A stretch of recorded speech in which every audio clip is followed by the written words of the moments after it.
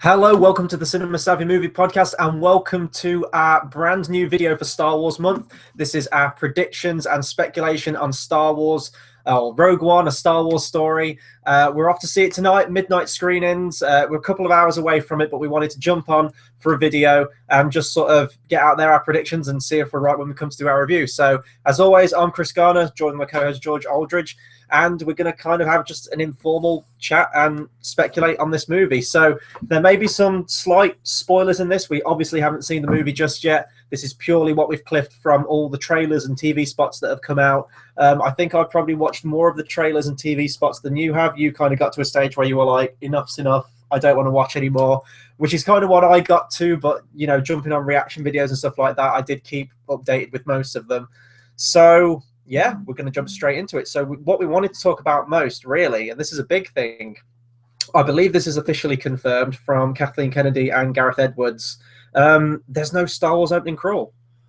Yeah, so, well, it's not really a prediction, it's a fact. Well, yeah. I was, when I first heard that, I was a bit miffed, and I suppose I still am to a degree.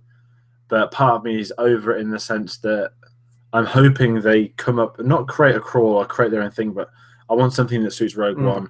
I want something that's going to then go forth for the future anthology films, the Star Wars story films. So I don't mind them getting rid of it if it's going to benefit this film and the future ones. They do something new or they just decide to blank it. It gives a bit more power to the episodic titles because then you know they're more important. They've got the theme.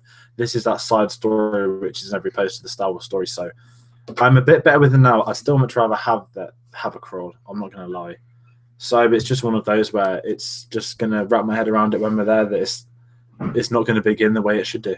Yeah, and you know, part of that was when they got rid of 20th Century Fox for me, obviously with Disney buying them. So that did take away. Even the Force Awakens intro seemed pretty different, but obviously you still had the crawl. And I think it's just different because even in like the comic books and the novels and the video games, you still get somewhat of a crawl at the minute. Like it's kind of going back to the original Star Wars, how it was a movie that came out where it's throwing you into an adventure that's already happening. Like there's a bigger story behind it. And obviously, we know the story behind this one because we've had the prequels, but it's still going to be strange. Like, they didn't need to number it 3.5 or anything like that, but it would have been nice to see a crawl because it's kind of like, it's an overture. It gets you into the movie. It's nice hearing the Star Wars theme again. On the flip side, I'm kind of okay with them leaving it for the numbered ones because now that moment when you hear that theme with the crawl, it's going to be special still every time with the 2-year gaps in between. Yeah. But, I mean, with the crawl itself, someone said something on that, well, how can they have a crawl for this film if it's based off a line off the Episode 4 crawl? Well, they can mention, give you a bit of background to Jyn Erso, give a little bit of background to the city. That I don't think they said in the Episode 4 crawl, The Jedi No More. This film's centered around that. They're on Jeddah. I think that's the name of the planet. Yeah. But, again, they could have done a crawl. They could have done their own thing, and they chose not to, so let's see how it turns out. I'm intrigued more so than excited for that aspect, but for the film itself, it's going. I'm absolutely buzzing. You can't get a sense of it, but the last few days since the Harry Potter hype's worn down, the Star Wars hype have done better the brackets. I've spoken to more and more Star Wars fans for the music on for the past few days. It's really building again. I haven't rewatched all 6 in a row like I did last year because Episode 4 comes after Rogue One. I've rewatched A New Hope, which is really weird. I probably should have rewatched Revenge of the Sith, which you did, and then watch A New Hope afterwards. But I think it is going to be an interesting experience watching A New Hope after we've seen this movie tonight. So yeah, in terms of the crawl, I think they're going to go with more of a mysterious opening, maybe play the Force theme. You're still going to get the Lucas film logo at the start. I hope they don't go like the new Marvel Studios logo, and I talked about that earlier, where it's like, you know, like a 5-minute sequence of all the previous characters and films. I think they're going to keep it subtle rather than the bombastic one we get with the main one. So what else can we talk about then? Predictions for this movie. We can talk structural, we can talk character. I'm going to make just an outcome prediction for the whole film as they steal the plans for the Death Star. Yes, obviously. The big question on everyone's mind, though, is will all these characters survive the movie? Now, I think they'll keep some alive because I think they'll want to keep the, you know, like the door open in case they do other spin-off films set around this time or in this time period, so actors can cross over between the two. You can kind of get that Marvel effect going on where you've got the connective tissue between the spin-off films. but I don't know. Is Jyn going to make it out? I think Jyn might martyr herself at the end of this movie. I'm hoping that we'll get on to that. I'm hoping Darth Vader kills almost all of these. If I'm not making, obviously Disney would do it. If they were ballsy enough, they would have them all die. They won't. But the question is Jyn gonna die? I've got a feeling that I forgot their names, but Donnie Yen. Yeah. He's gonna go because he's a blind guy that worships. Anyone related to the Force, I think, will die in this film. I think Krennic's just gonna go. I think Jin's dad's gonna go, and I'm confident that Jyn or Cassian will go as well. I think Bodhi's gonna go as well. There's a shot in the trailer where he's like pinned behind like enemy forces, crates or something. It looks like he's getting overwhelmed. Maybe someone will come in and save him at the last minute, but I think most likely most of these characters are going to die. And I think it kind of has to, for the film to have any kind of weight and to show their sacrifice for the following movie. Now, we don't even know from the next movie whether they all died or not. We only hear Vader say, plans were beamed aboard this ship by rebel spies. I want to know what happened to the plans they sent you. That was all we know. But I do think it's necessary that they should die at the end. And there has been a scene rumoured with Vader since production started on this movie. Some details came out with it. Now, we know as Star Wars fans, and if you remember the rumours that came out initially for Force Awakens, with like the whole opening shot with the severed Luke hand flying through space, obviously that didn't happen. So these may all be rumours and not true, but there was a scene floating around involving Vader, and I think I made mention of that in one of the first ever reaction videos I did to Rogue One. If that happens, that will probably be one of the greatest Star Wars scenes ever, which is going to be good because we're going to do a new Battle of the Bracket episodes where we're doing best Star Wars moments. Maybe that will qualify if we can even bring it up. If it's spoilers at that point, I don't know. But that will be cool to see because the side of Vader we haven't seen outside of like Rebels, really. And even in Rebels, I'm not really spoiling Rebels. He's not that much of a threat. He's never outright murdered someone or anything like that. So that scene description, I'm not going to go out and say just in case it's really tied down with spoilers. But I'm thinking that Darth Vader is definitely going to die. What? I'm thinking Darth Vader is definitely going to kill some people. In a couple of movies' time. Yeah, yes. 3 films. Well, maybe they might do a spin-off between them. I've got a feeling that he is going to kill most of these, but I think the certainty, the minor ones, the question marks go over the ones with the most sort of trailer time, stuff like that. Yeah, and I want to talk about the reshoots as well. We'll get on to Forrest Whitaker's character of Saw Gerrera in a minute. Do you think that, because I think when they initially screened this film, Disney execs weren't happy with it. Don't think Kathleen Kennedy was happy with it. I think that was a question of tone. So watching it's that we're never going to see the original cut, obviously, but I'm wondering what they've done and what they've gone back and changed. Now, we know that Saw Gerrera, if you watch the original trailer that came out, he's kind of got cropped hair, almost bald, and we see him in future trailers and he's got this white afro going on. So we know that they basically reshot all his scenes. I don't know why they changed his appearance. Maybe they weren't happy with how they made him look. Maybe they wanted to age him up a little bit, because I know he featured in Clone Wars, didn't he, in an episode in series 4 or 5, I think. I haven't watched that episode yet. I wanted to try and get to that. I wanted to get Clone Wars finished before seeing this, but it didn't quite work out. So I want to know what stuff they went back and added. Did they add lightsabers into it? Were they just completely taken out originally? And I mean, not to say lightsabers will be in this one if it's what we've read from the scene of Vader's particular scene. I wonder if they've added that in because it's what the audience kind of want. You can't have a Star Wars movie without seeing a lightsaber. And I don't think they'd have brought Darth Vader back to not have his lightsaber on him. Yeah. An outright prediction I have, that lightsaber is going to go through Director Krennic. Yeah. A lot of question marks. Is he going to go? I'm just going to assume he goes because there's no mention of in the original trilogy. Not just that on itself, but at the point of episode 4, Tarkin is running the Death Star. You would assume that Krennic is running the Death Star. Another prediction: Tarkin will be in this film. I think 90% of people, it's probably going to be true. Still not confirmed this minute, so it's going to be interesting. But going with the Vader stuff, I'm just going to be very intrigued to see his screen time and who he shares his dialogue with. What's his attitude going to be? The Rebels, how's he going to deal with stuff, and obviously essentially has to finish with him on that Star Destroyer chasing down that ship. So are we going to see a young Leia very, very briefly? Is Obi-Wan going to get name dropped? There's so many character moments that could happen in this, but I just can't wait to see what Vader like, because it's going to be a different side of Vader. I'm assuming we're going to get the most brutal Vader I've ever seen. So his attitude towards other members of the Empire will be very interesting too. Because, I mean, this is Vader, well, not in his prime because it's 20 years after Revenge of the Sith, so we still really haven't seen that side of him, but still very much at power in this one. So it will be great to see that if it happens. But you sort of touched on like the ending scenes there, so if we can kind of predict what we think that ending scene is going to be, because we know how Star Wars ends in every film. It immediately cuts to credits with a very upbeat Star Wars theme, rendition of the Star Wars theme. So we know that it's going to have somewhat of a happy ending or happy shot at the end. What that shot's going to be, I don't know, because I don't think you're going to have that imposing one with a Star Destroyer going over anything like that. I think they'll save that for obviously the original, the 1977 one. Maybe a feeling of hope. I mean, if that's going to be the central theme of the film, and you made a great point earlier, how all this talk of hope leads to the title, the change title for Star Wars, which changed to A New Hope. So I think it'll end where they get the plans back, and maybe we have kind of a victory shot of the Tantive 4. It's the first thing we see in the original Star Wars movie that flies over, so that will be a nice connective tissue between the two films. It'd be fitting for it to finish with that. It's just coming to my head now. Could we finish with C-3PO and R2-D2?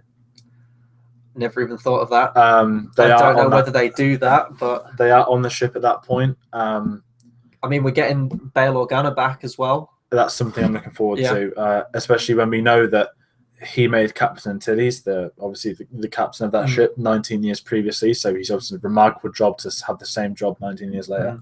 He's still got both of them droids on ship 19 years later. So I'm hoping for Bail Organa to not bow out. I just want him to be cool, because he's one that we said in the prequels and we both like him. I kind of mentioned that he could not have a fitting, but I would be very shocked if there's not some glum ending like, I'm going to go back to Alderaan, cue sad music, but my daughter here is going to come and take the puns, cue end of the Hobbit trilogy. Yeah, I was gonna bring up that point. I hope it doesn't go that far. Like, I want them to keep it subtle, but I think that because let's be honest, the original Star Wars film is one of the greatest movies ever made. We love it. We're talking about Star Wars now, predictions, but it's not a perfect movie. And if you look at it in terms of like how Leia reacts to the planet blowing up, she really doesn't have any kind of sadness towards it. And the destruction of the planet Alderaan itself is kind of, you watch it from a distance as an audience member. You don't break down in tears when it blows up. So I think these movies are going to give it opportunity to slightly increase that tension for that moment. So I think you're absolutely right. I think he will get name dropped. And I mean, I love Bail Organa. Like, say what you want about the prequels, he's not in it all that much, doesn't really do much, but I love his moments in Revenge of the Sith. So it's nice to see Jimmy Smits come back for this one. It's nice they're making the connections, because so many people hate the prequels, which I can understand. They want to disown them. I just think that they're here to stay. Reference them. If they're going to get reference, it's going to be between episodes 3 and 4. So bring in people back. Even Mon Mothma had deleted scene episode 3. They recast her, not recast it. They used the same actress again. Yeah, that's the same thing. It's just they didn't differ too much. So it's cool that she's made that thread to episode 6 as well as the prequels. We're going to obviously get Bail Organa. And given that they say Jeddah is a sort of a planet not about the Jedi, but it's very much the mecca of Jedi believers. So I think there might be a lot of episode 3, not related stuff, but maybe there might be some key dialogues here and there. Yeah. But I'm interested to see how they fill in other gaps. Are we going to see things plotted more towards the future films? You know, are they going to say this could happen and it ties into a later Star Wars film or not? We don't know.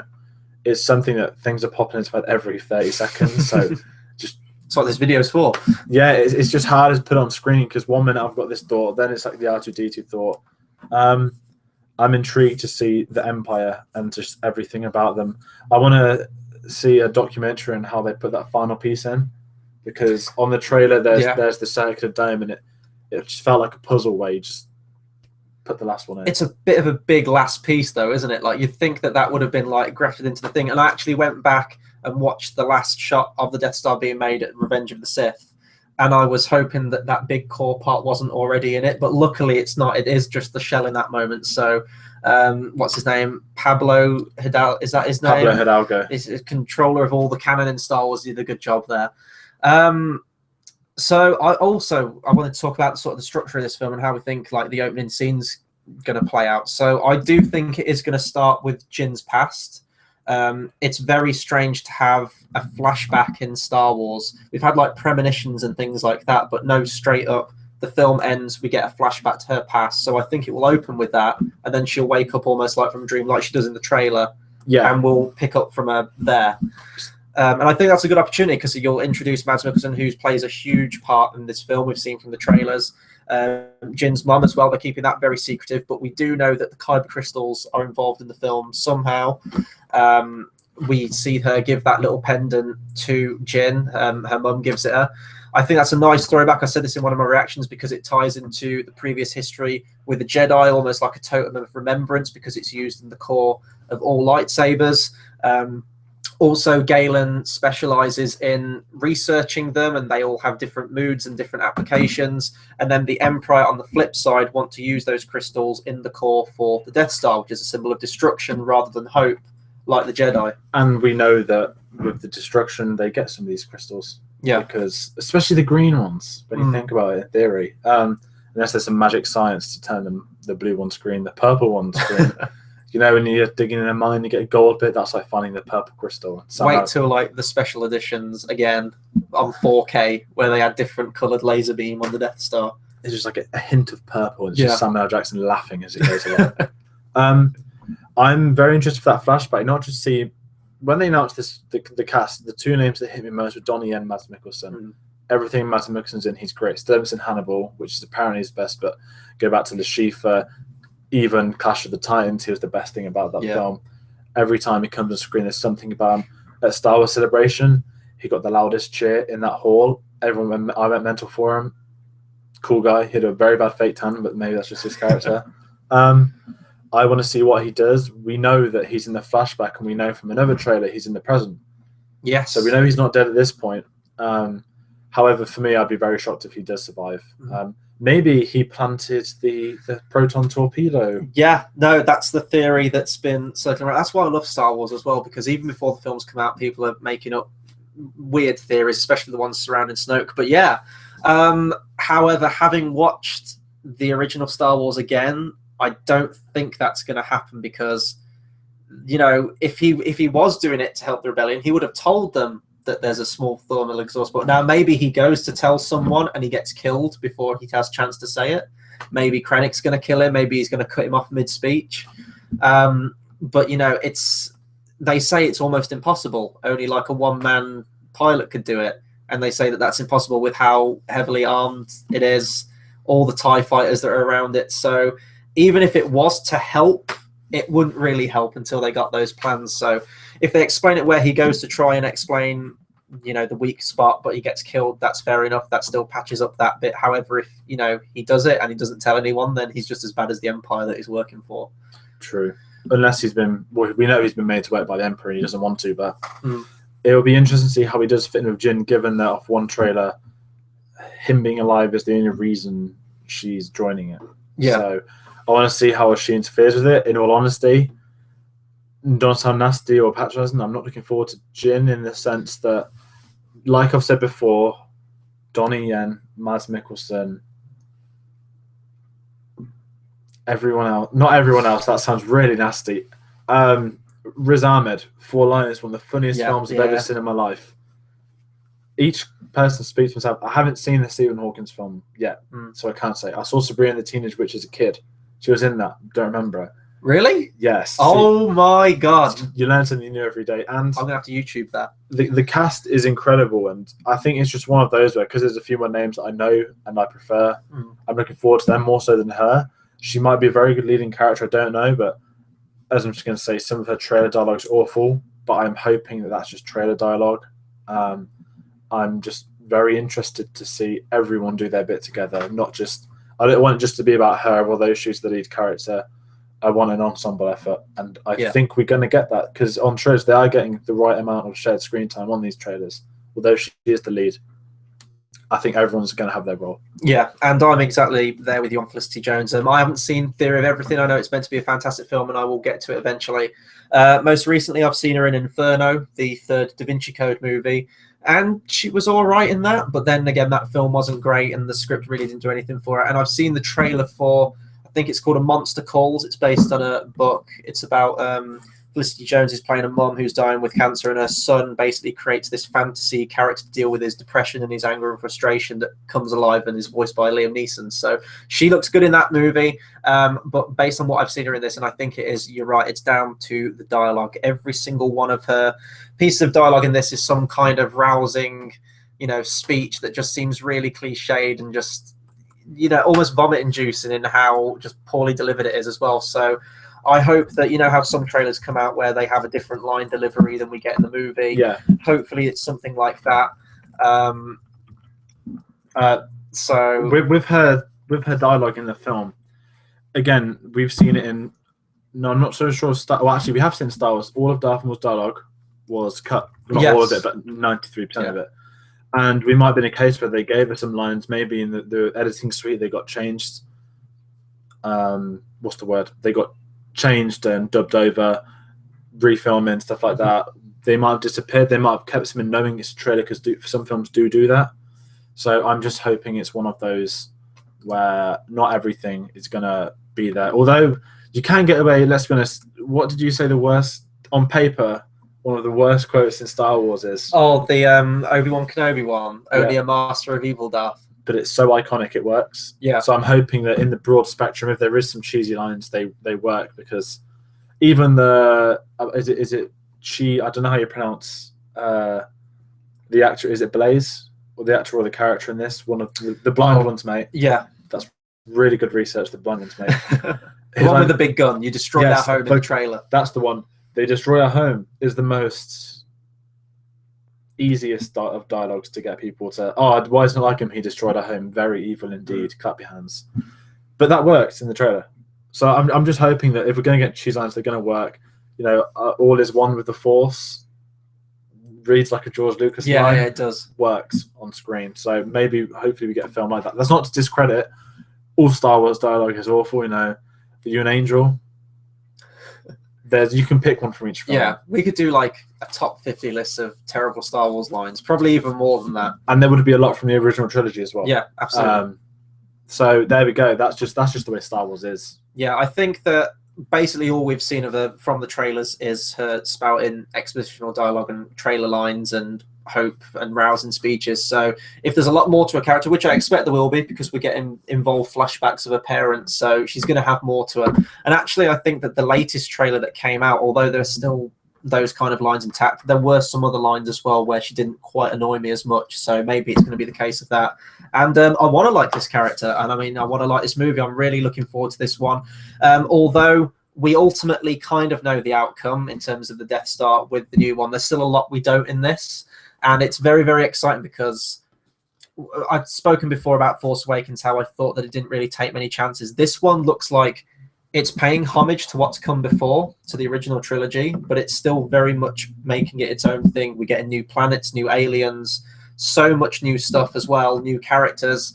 And it does feel different, but it feels kind of the same as well. And that goes to the soundtrack as well. Giacchino, I've actually listened to a small part of the soundtrack already, and I can say it's fantastic. Giacchino's absolutely captured the tone and sound of John Williams. If you didn't know it was Giacchino, you'd say it was Williams had come back for this one. He's established new themes. He's using old themes. The track list has been released. I think you can find it online. And unfortunately, I did read one of the last track titles, which has spoiled something for the movie for me, which I'm not going to say on here. But he's very clever with his titles as well. There's a neat little throwback to what Star Wars was originally going to be called. Track title in its entirety, but it makes use of the word The Whills, WHILLS, which was the original working title for Star Wars. I think it was The Journal of the Whills, The Adventures of Luke Starkiller, Volume 1, The Star Wars, or something like that. So it's cool how he's done that. It's a nice little Easter egg. And we've played that Scarif DLC. We just played it to get in the mood fun, and we think that that's some of the music as well of Giacchino's that's been added to it, and I just can't wait to hear the soundtrack in the movie, buy the soundtrack, listen to it again and again, and yeah, so that's not really speculation, that's just something I'm throwing out there, but I love a good movie soundtrack. Star Wars music is always the best, and just hearing what I've heard already, I can't wait to see it on the big screen tonight. Same here. It's going to be... I haven't looked at the reviews. I haven't read the reviews. I've seen bits and tabbits, the scores. But from all the trailers, what we read, what we told Celebration, this is the wars in Star Wars. I just want to see a brutal war film. I reacted to Dunkirk. I said I love war films, one of my favourite genres. This is done right. There's a GIF online of an ATST shooting someone on the head and him flying like 10 yards. Something like that. Put it in there. It's going to be brutal. It's got to be realistic. They said from day one this was going to be that Star Wars film. Every extra who's a minor character is an ex-military. That says everything you need to know.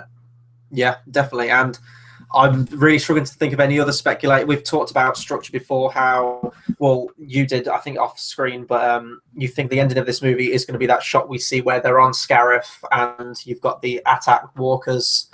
You've got the space battle going on as well in the infiltration. You think it's all going to culminate how they divide the team up. Some are on the ground. We know that Blaze is it again with the big gun. We know that he's on the ground, and I think that Felicity Jones is as well in that shot we get where it's on the ground and they're looking up at the AT-ATs.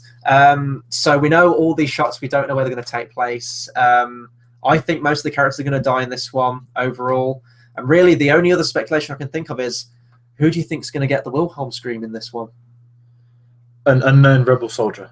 Oh no, I'd say no. Sorry, a stormtrooper. Okay, stormtrooper. Yeah. We haven't really talked about the Death Troopers. I guess they're just going to show up at the battle, but I want to see. I hope they get like a great moment. We talk about that one from Force Awakens, Traitor. I can't remember what his name is. With the Electro staff, he's just like one trooper, but he's so iconic to Star Wars now, especially in the new movie. And I hope the Death Troopers kind of take that place in this one, and hopefully they explain some reason why they never show up again in any of the other Star Wars movies. Maybe Moff Tarkin doesn't need security guards. Maybe. And also, actually, talking about the Empire, last thing I want to say is that, do you think the Emperor is going to get a shot in this? Because Ian McDiarmid hasn't been confirmed he's in it, but I remember in one shot in the trailer was either Vader or a Krennic like bowing to a hologram. Now, you can't see who's on the hologram. Maybe it was the continuation of that shot where Vader's got the red screen in front of him and he's kind of looking at battle plans or overseeing the situation. But I think if you're going to like name drop the Emperor, because the original Star Wars did it, we get a very small glimpse of him in Empire, and then we see him in all his glory in Return of the Jedi. But it'd be cool if they start, put him in this one, especially if you are going to watch it after Revenge of the Sith, when the Emperor's been such an integral character in that previous movie. He's going to get named up the hell, because they're called the Emperor. The Empire, sorry. I didn't really think of that. Given McDiarmid is now the right age again, or he was the right age when he did the prequels.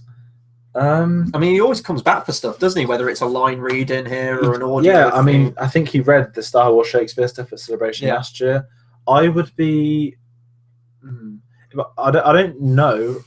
It would be a very welcome surprise if he came in, whether it's a voice, just a voice, or if it's audio, visual as well.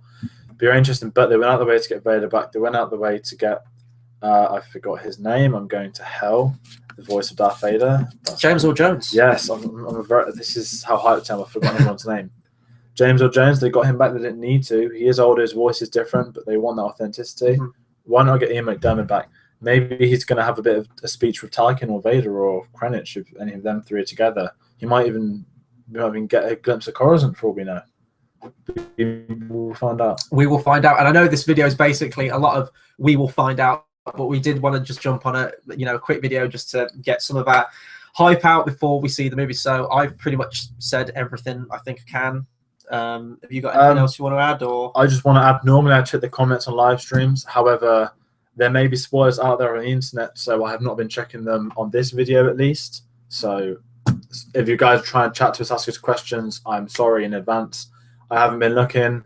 Comment on our Facebook video if you do have questions and I can type back to you. However, I won't be checking because safety is everything. Yeah, and we know what happened last year when Force Awakens went out. And I know we get it a day early in the UK, but, you know, people have seen it already. For example, like Jeremy Johns, Chris Stuckman, you know, people have seen this movie already. But yeah, that'll do it for our speculation and predictions video on Rogue One: A Star Wars Story. I am absolutely shattered, so I'm going to get a little bit of sleep in now. Off to the midnight screening, so less than 3 hours away now from seeing the new Star Wars movie. I guarantee that I'm going to be buying all the popcorn boxes and drinks cups and everything that's on offer, because it's Star Wars. This comes but once a year now.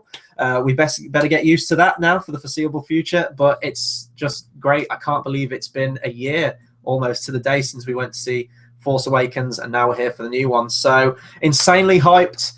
Need to get the energy up though. We will be back with a live stream review for Rogue One: A Star Wars Story in the early hours of the morning after we get back from seeing it. We will probably be very tired, but hopefully the hype will be strong with this one, and that will carry us through for the review. So if you've seen the movie at that point, we will have spoiler-free, move into spoilers. But please join us for that if you can. And until then, we'll see you in the next video. So Rogue One, a few hours. See you guys.